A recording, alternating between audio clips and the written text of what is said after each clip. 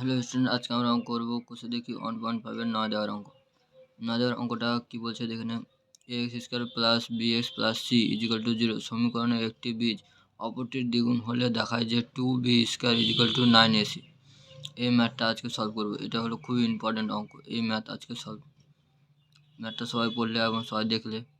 এবার সলভ করা যাক। এই ম্যাথে বলেছে একটি বীজ অপরটির দ্বিগুণ। সমীকরণটা কি আছে? সমীকরণটা আছে A X square plus B x plus C equal to 0।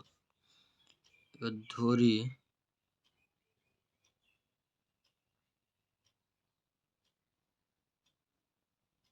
সমীকরণের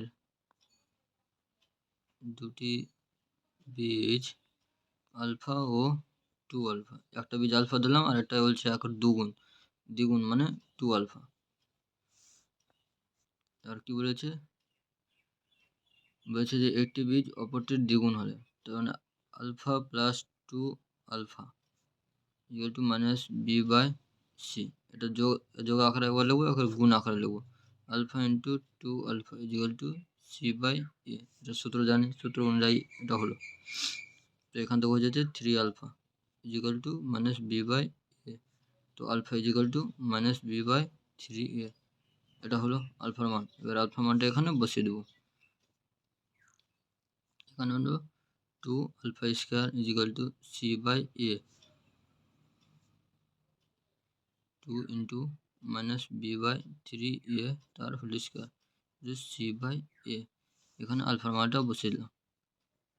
এখানে 2 into minus minus plus B square 3 3 9 A square equal to C by A. এখানে কি 2bটাকে রেখে উপরে 2b আছে, 9ac দিয়ে গুণ করলাম, মানে এখানে 2ab স্কোয়ার হলো, এখানে হলো 9a স্কোয়ার সি। প্রমাণ কি করতে বলেছে? 2b স্কোয়ার প্রমাণ বলেছে 2b square equal two 9ac। এটা প্রমাণ করতে বলেছে।